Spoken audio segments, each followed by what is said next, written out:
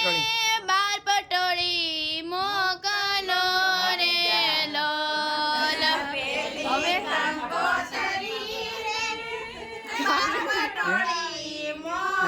રસીલાબેન ને કહેજો રસીલાબેન ને કહેજો ટોલાવે રસીલાબેન ને જઈને કેજો રે કે કે ટોલા મીઠા આવજો રે લોલ રસીલાબેન ને જઈને કેજો રે કે ટોલા મીઠા આવજો રે લોલ લાંબો રે સૈયારો સોટાલો 3 મિનિટ ચાલુ છે ને આવજો રે